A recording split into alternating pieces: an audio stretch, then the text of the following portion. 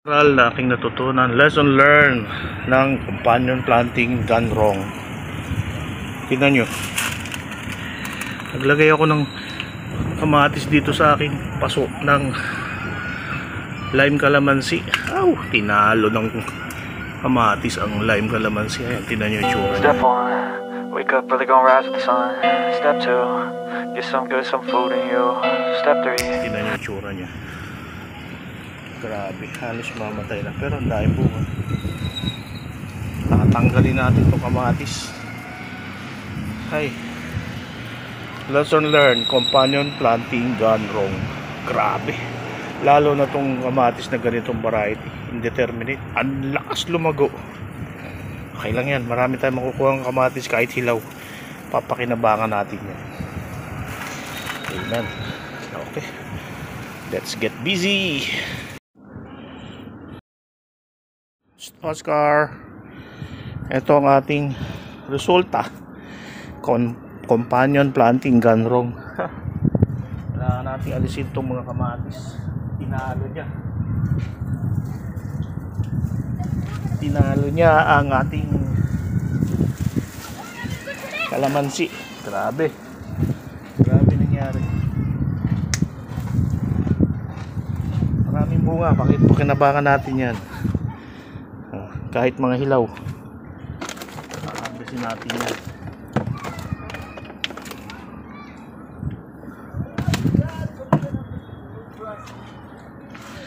Marami-rami tayo makukuha mga bunga, hilaw, hinog. Sama-sama na yan. Try natin na ma-revive natin itong ating lime calamansi.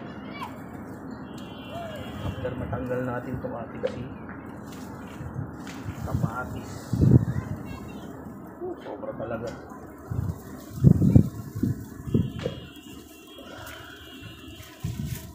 Bunga, daming bunga. Kuhasin natin isa-isa, kunin natin ang mga bunga. Walang mong sasayang dyan sa kamatis na yan. Magagamit natin ito pang compost.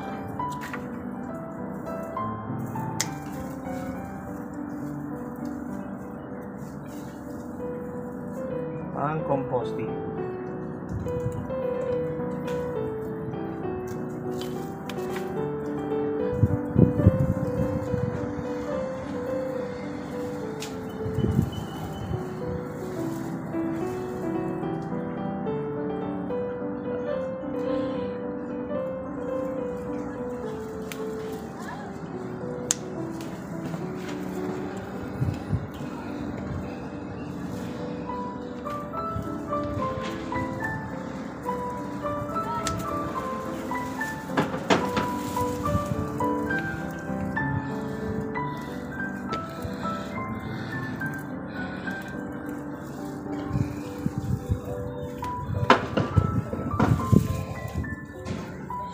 Tayong bunga, tayong buko.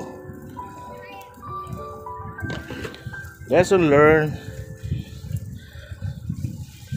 companion planting gone wrong.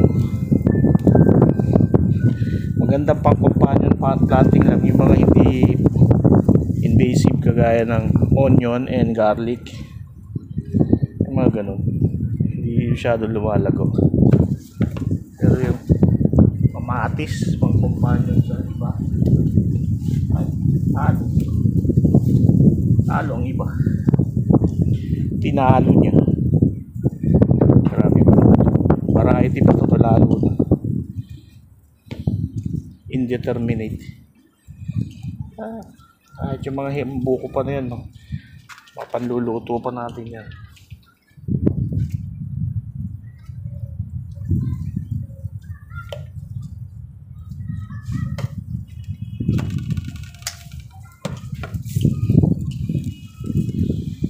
Pati kamatis, hindi rin maganda.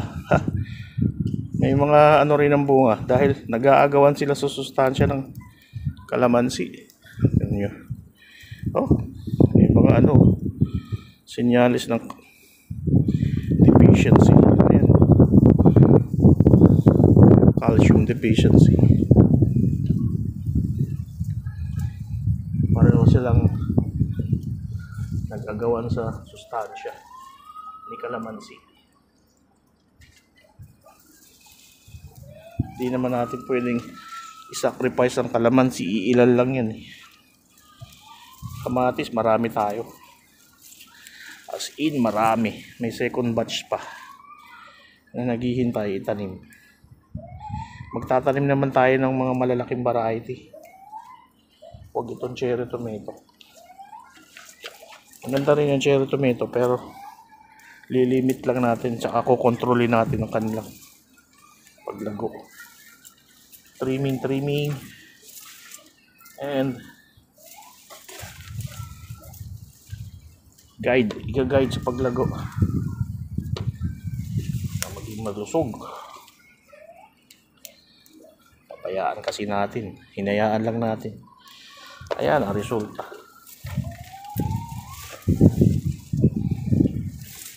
Lesson learned. Ayan, naghawa na ang aking si kalamansi. Grabe, lampas isang tabo na buko. May maliit, may malaki, may mga hinog na rin. Nanghihinayang ba tayo sa nangyari sa ating kamatis?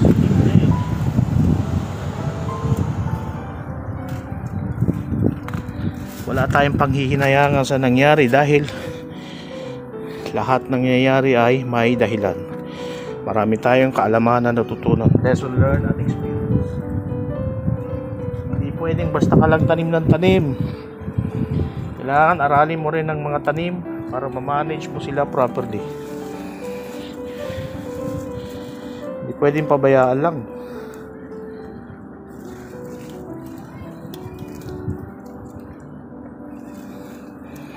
Lalo na ang companion planting.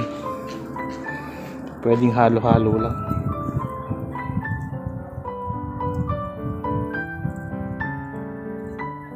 We are very thankful for the experience, the knowledge, understanding, the learning, the wisdom gained. Hallelujah. Thank you, Lord God, for the opportunity. Praise you, Lord God. So, tuloy-tuloy lang, tanim panwar, pero next time we will be a little wiser, inshallah. Hallelujah. Amen. Let's get busy.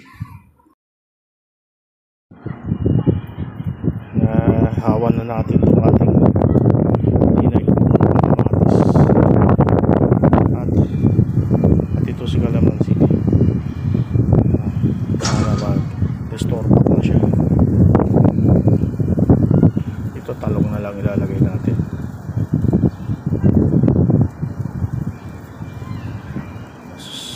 Mas productive ang talong. Pagkakano pa rin tayo kamatis pero ma-manage natin ang pwesto sa ibang pwesto sa pasok.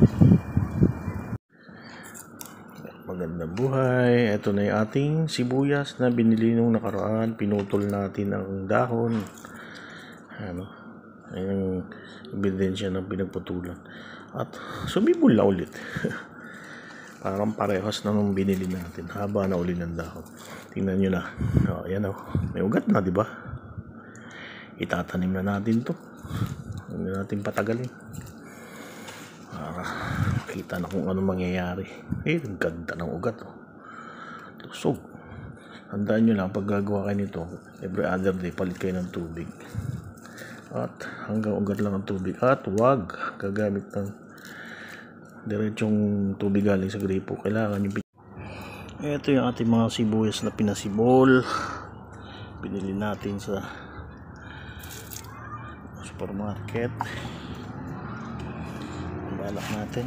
Kakatin natin uli ang kanilang dahon. At itatanim na natin ang puno. Gagawin natin sa dahon yan. Ang luto pa rin. Sarap yan sa pansit canton eh. Ayun. Ano siya? Ito pa. Bali, walo lahat yan. tanim pa more. Tanim pa more.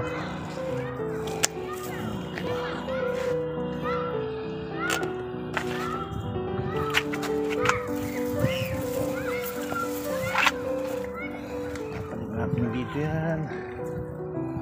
Sa ating kalamansi.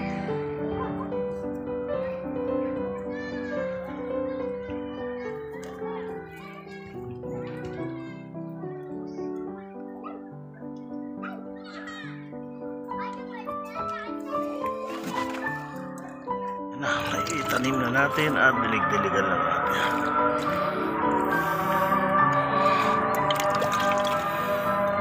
Wishing na karoon ng magandang resulta. Maging sibuyas yan, di wow, success, inshallah. Sibuyas, spring onion planting. One of the ways to plant onion through the readily bought spring onion from the supermarket with leaves. Step 1, wake up early, gonna rise with the sun. Step 2, get some food in you. Step 3,